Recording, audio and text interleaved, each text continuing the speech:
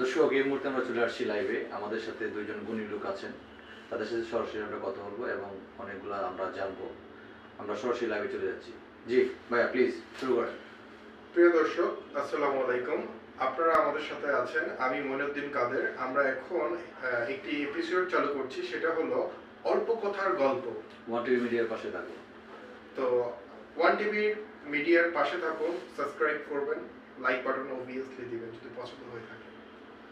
তো আজকে আমাদের যে অতিথি আছে, আমাদের অচেনা মুখ আমাদের কাছে নিয়ে আসছি, যার সাথে পরিচয় ক্ষণিকের, কিন্তু আমরা তার জীবন কাহিনী তুলে ধরার চেষ্টা করব। আনন্দ, বেদনা, সুখ, দুঃখ নিয়েই মানুষের জীবন। সেই গল্পটি আমরা শুনব উম্মে হাবিবার কাছ থেকে। উম্মে হাবিবা, ভালো আছেন আপনি? জি আলহামদুলিল্লাহ। উম্মে হাবিবা, আপনি কি করছেন? পড়াশোনা করতেছি। কিসে পড়ছেন আপনি? Inter running.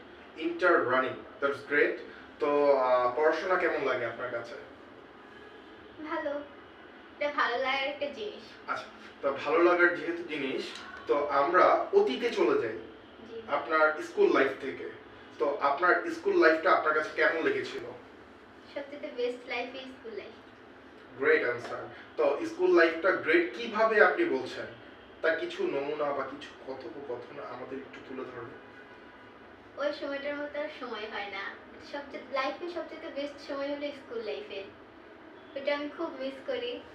যেমন কিছু আর কি মুহূর্ত, কিছু কথা, কিছু ফ্রেন্ডদের সাথে কিছু স্বপ্নের আপনার এখনো চলে আসে এমন কোনো কথা আমাদের কাছে তুলে ধরুন। অবভিয়াসলি ফ্রেন্ডদেরই বেশি মিস করি। টিফিন টাইমটা, যেটা সবচেয়ে ভালো একটা সময়। খুনসুটি হয়, ফ্রেন্ডদের সাথে খেলাধুলা হয়, ওইটাই অনেক মিস করি। স্কুল লাইফে কি ধরনের খেলাধুলা বেশি করতেন? ক্রিকেট হইতো, ফুটবল হইতো, অনেক কিছুই, বাট আমার ফেভারিট